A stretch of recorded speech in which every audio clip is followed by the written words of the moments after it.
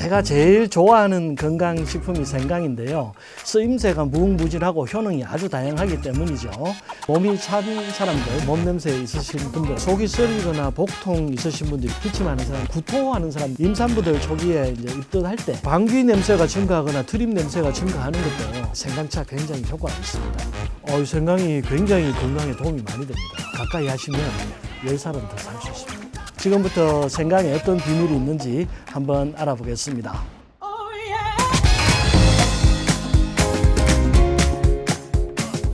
안녕하세요. 김순렬입니다. 저는 한의학 박사고요. 강남역에서 CNC 한의원 운영하고 있습니다. 그리고 유튜브 채널도 하나 운영하고 있는데요.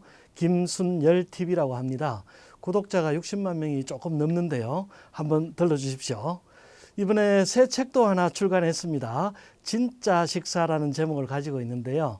우리가 각종 화학약품들 또 인스턴트 음식 같은 가짜 음식 많이 드시지 마시고 진짜 음식으로 건강 찾으시라고 만든 책입니다. 한번 봐주십시오.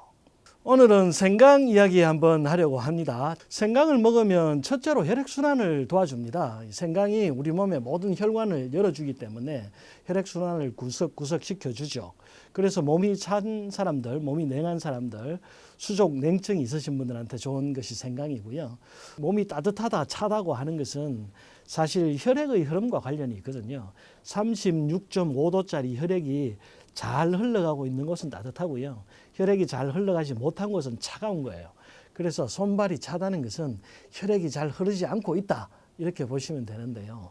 그것을 혈관을 열어서 혈액을 구석구석 보내주는 것이 바로 생강의 역할입니다. 제가 환자분들하고 상담을 하다 보면 수족냉증, 몸이 차요 이렇게 증상을 가지고 오시는 분들도 대개 생강차 안 드십니다.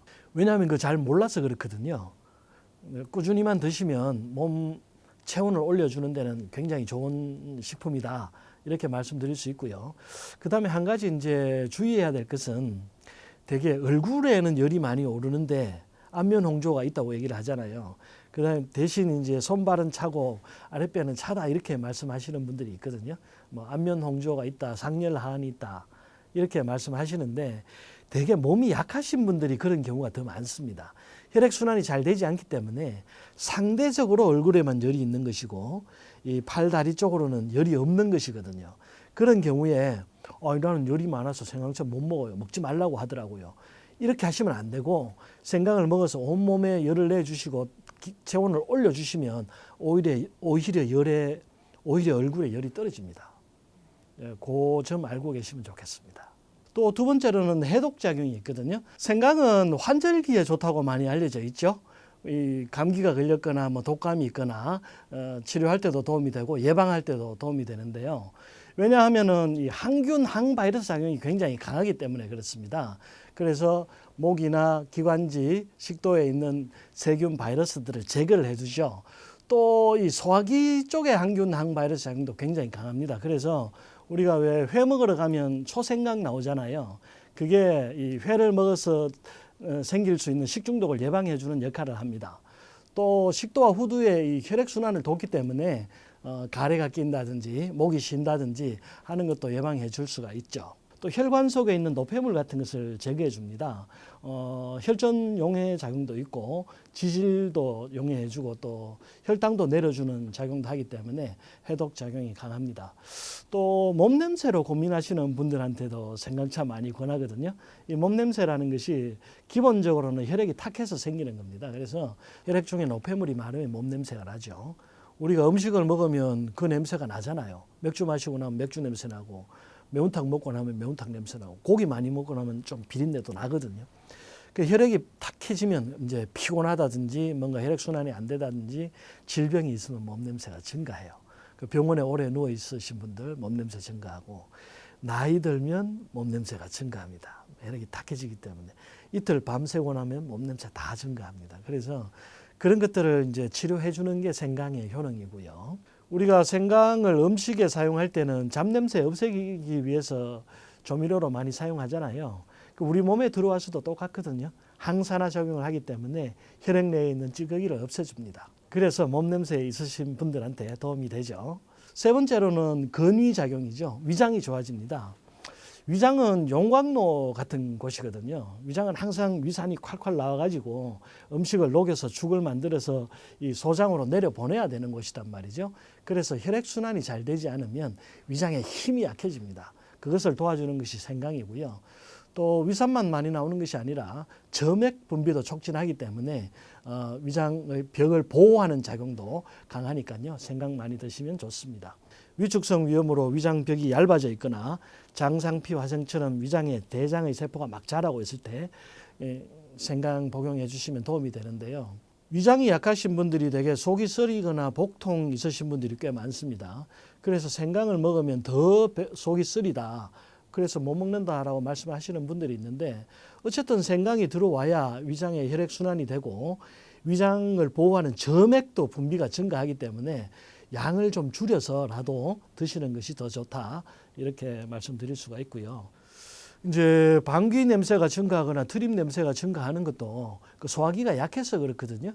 그러니까 트림은 위장에서 나오는 것이고 방귀는 대장에서 나오는 것이에요. 트림 냄새가 많이 난다는 것은 위산이 부족할 때 이 위장에서 위산이 콸콸 나와서 음식을 죽을 만들어야 되는데 그게 잘 안 되고 정체되면 오래 머물러 있거든요. 그러면 이제 그 발효가 돼서 트림 냄새가 좀 더 많이 납니다. 그리고 위축성 위염으로 위장이 얇아지고 약해져 있으면 위장이 잘 움직이질 못하니까 음식을 죽을 만들어서 소장으로 빨리빨리 내려보내질 못하거든요. 그러면 그걸 한번 섞어줘야 돼요. 안 그러면 답답해서 못 견디거든요. 그래서 트림을 합니다. 네 번째로는 우울감을 해소해주는 작용도 있는데요.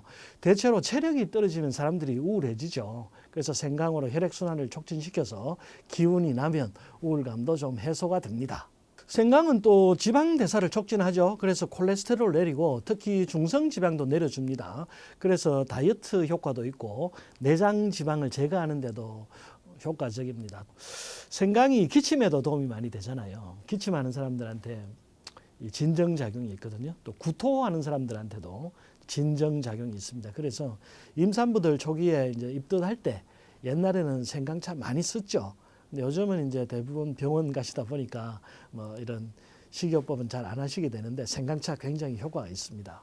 생강을 섭취하는 가장 좋은 방법은 생강차로 먹는 것입니다. 회 먹을 때 자주 먹는 초생강 형태로 드셔도 좋고요. 또 각종 음식에 향신료로 첨가해서 자주 드시면 좋겠습니다. 생강을 생으로 먹는 것과 조리해서 먹는 것에는 큰 차이가 없는데요. 생으로 드셔도 좋고 조리해서 먹어도 좋습니다. 생강에 열을 가하면 생강의 주 성분이 진저롤인데 그 진저롤이 쇼가올로 변합니다. 그래서 오히려 효능이 상승하죠. 파괴되지 않습니다. 그래서 생으로 먹어도 좋고 조리해서 드셔도 좋겠다.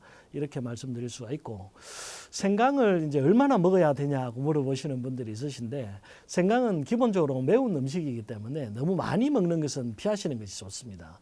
아주 밥도 못 먹을 정도로 속이 안 좋으신 분들이 있거든요. 그런 분들은 생강을 마시면 생강차를 마시면 오히려 위가 부어버리는 경우도 있습니다. 그럴 때는 하루 한 잔 이하로 줄여서 양을 아주 줄여서 드시면 좋습니다. 생강은 이제 생강차만 먹거나 생강 하나만 먹었을 때는 좀 성질이 독하기 때문에 약간의 부작용이 있을 수도 있습니다. 그래서 그것을 보충해 줄 재료들을 섞어서 배합해서 드시면 더 좋은데요. 성질이 좀 차고 염증을 제거하는 기능이 있는 결명자나 알로에와 함께 드시면 더욱 좋습니다. 이 결명자가 알로에가 성질은 좀 차기 때문에 이 생강의 열한 독성을 완화시켜 줄 수가 있고요. 또 결명자와 알로에의 주성분이 에모딘이거든요. 이 에모딘이 항산화 작용을 합니다. 그래서 염증을 제거해 주죠. 그래서 제가 위장병 있을 때 생강과 결명자, 대추 이 세 가지를 함께 끓여서 드시라고 차로 만들어서 드시라고 많이 권유를 합니다. 여기다가 생강, 결명자, 대추차의 이 효능을 더욱 향상시키는 방법이 있는데요. 그것은 계피를 조금 더 첨가해 주는 것입니다. 계피가 또 혈액순환을 촉진시켜주고 혈당도 내려주는 효과가 있기 때문에 조금 더 효능을 높일 수가 있습니다. 보통 이런 약차를 드실 때 이제 배합 비율을 많이 물어보시는데요. 배합 비율은 대개 1대1로 하시면 됩니다. 생강을 보통 4에서 8g 정도, 손으로 한 줌 정도 분량이라고 보시면 되고요. 생강, 대추, 결명제를 1대1로 배합하시는데 보통 한 줌 정도 4에서 8g 정도 배합하시고 물은 1000cc 정도 넣으시면 되는데요. 1000cc 정도의 물에 넣어서 끓이시고 한 10% 정도만 졸이시면 됩니다. 푹 고우지 않으셔도 되거든요. 그래서 그 우려낸 물을 하루에 2-3번 드시면 되고 대신 이제 속이 쓰리거나 배가 아플 수 있기 때문에 그렇게 위장이 조금 민감하신 분들은 생강의 양만 조금 줄여주시면 좋겠고 속이 조금 쓰리다 하신 분들은 꿀을 조금 더 타서 드시면 큰 부작용 없이 드실 수 있습니다. 대개 이제 당뇨병 있으신 분들이 꿀 타서 드시라고 하면 굉장히 싫어하시거든요. 그런데 당뇨 있어서 음식을 안 먹어서 영양 불균형이 오는 것보다는 이 위장을 살려가지고 음식을 더 잘 흡수할 수 있도록 하는 게 더 도움이 되거든요. 그래서 꿀 조금 타서 드시는 것은 뭐 염려하지 마시고 드셔도 좋은 정도다 이렇게 알아주시면 좋겠습니다. 생강도 몸에 좋기는 하지만 약간의 부작용이 있습니다. 생강이 혈소판 응집을 방해하거든요. 그래서 혈액을 묽게 하고 출혈을 조금 조장합니다. 그래서 와파린이나 아스피린 같은 약물 드시고 있는 분들이나 수술 예정이신 분들은 한 2-3일 정도 전에 피해 주시면 좋습니다. 또 속쓰림이 아주 심하다든지 복통이 심하다든지 현재 고열이 있다든지 혹은 설사병을 앓고 있으신 분들은 드시지 않는 것이 좋습니다. 우리가 생강 외에도 이런 매운 음식들이 많이 있잖아요. 향신료로 쓰는 것들인데요. 강황이나 계피, 마늘, 고추, 양파, 후추 이런 것들이죠. 이런 매운 향신료가 대부분 혈액순환을 도와주는 작용이 있습니다. 그리고 항균, 항바이러스 작용도 있죠. 나아가서는 항염증 작용이나 항암 작용도 있기 때문에 꼭 생강만 고집하지 마시고 강황, 계피, 마늘, 고추, 양파, 후추 이런 매운 향신료 많이 드시면 염증 제거하는 데 도움이 많이 됩니다. 자주 드시면 좋겠습니다.